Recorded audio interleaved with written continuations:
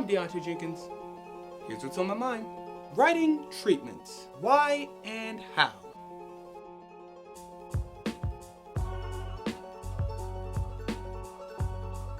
But before we get into all that, make sure you hit that subscribe button. This is a channel that answers questions for storytellers and filmmakers that aren't often addressed. So if you like that, why not subscribe? Check out my latest short film here. If you have anything you want me to make a future video on, make sure you drop a comment down below. And here we go.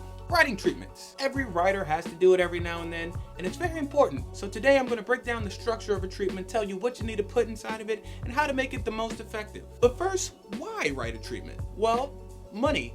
Really? Look. If you're writing a treatment, that means you're either trying to get a film financed or you're trying to sell a screenplay or a novel or book or a short story or whatever. Point is, you're trying to get money for your writing. And the people with the money have likely read a bunch of screenplays. They don't want to read yours. I know, you wrote the greatest story of all time, but you still got to get people to read it. So how will they know if it's any good if they don't read it? Write them a treatment. A treatment is a short summary of your story. I'm talking super short, like 5 pages short. Now, there are some people that write longer treatments, and there are some people that write shorter treatments. But typically, you want to stay on the shorter side, especially if you're not well known. So how do you write one of these treatments? Well, let's start off with the format. First thing you want to do is change the font to Courier New. Same font as a screenplay. You don't want to use any special fonts or anything like that because that's distracting to the reader. If you're writing a story treatment for a novel or a short story, then Georgia or Times New Roman is good too. Some will accept Helvetica, but you don't really want to go out of those 3. The first thing you start with in big bold letters is the title.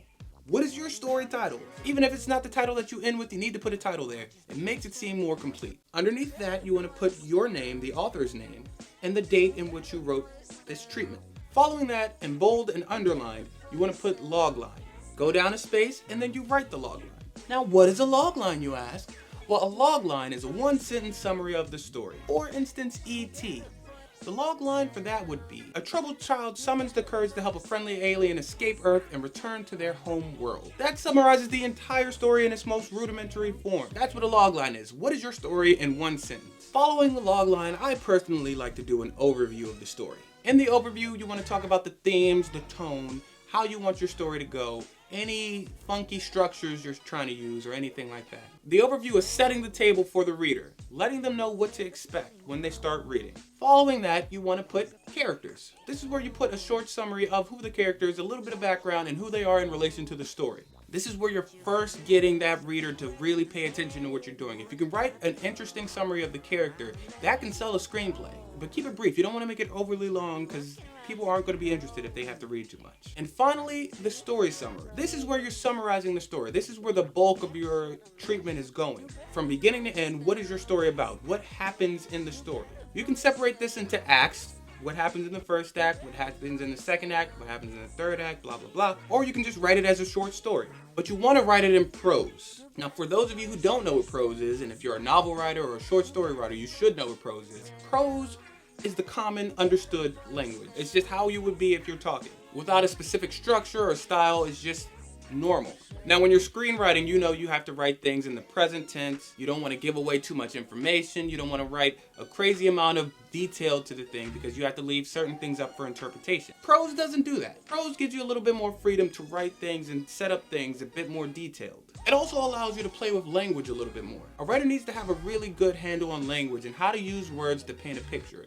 Writing in prose allows you to do that a bit more easily. A bit more easily than, say, writing in a screenplay structure or a poetic structure or something like that. So, when writing your summary, you want to make sure you put in all the important plot details. What happens in the story, when it happens in the story, and why it happens in the story. You also want to put any important character development, especially involving your protagonist. Make sure that's in there. But most importantly, you want to keep this brief, no more than like 3 to 5 pages. The shorter the better. If you can hook somebody in that short amount of time, you got them. Take the time to choose your words wisely and figure out what you can say about your story, how you can say your story in as little words as possible. Skillful writers are very good at being able to condense words and make things shorter. If you see something that's unnecessarily long, it more than likely came from a non-skillful writer. Now that's basically what a treatment is, but if you want to go a little bit further, especially as a filmmaker, you can add a budget sheet. Break down the proposed budget for your film, how much you're going to spend, what you're going to spend it on. Break it down into categories: pre-production, principal photography, and post-production. In the description below, I put a link to Studio Binder's budget breakdown template. If you're not trying to sell your screenplay but trying to get money to produce your film, having a budget breakdown in your treatment is actually pretty good. It'll show them that you know exactly what you're talking about and you're very detailed with what you're doing. Going a little further than that, you should create a mood board. A mood board is stills and reference photos of what you want to have this feel like visually. There are mood board apps, but you can do it yourself just by creating a very organized collage of stills that set the mood for what you want to do. Color palettes, lighting, cinematography, inspiration, all of those things you can put in your mood board. Now after that, all you got to do is put it all together and you have yourself an excellent treatment. Treatments are very important, guys. They summarize what you're doing without making the people with money read the entire thing. You want to make it as convenient for somebody to pick up your story as possible. So having a well-crafted, efficient treatment is key to getting what you want, which is money. But then again, what do I know?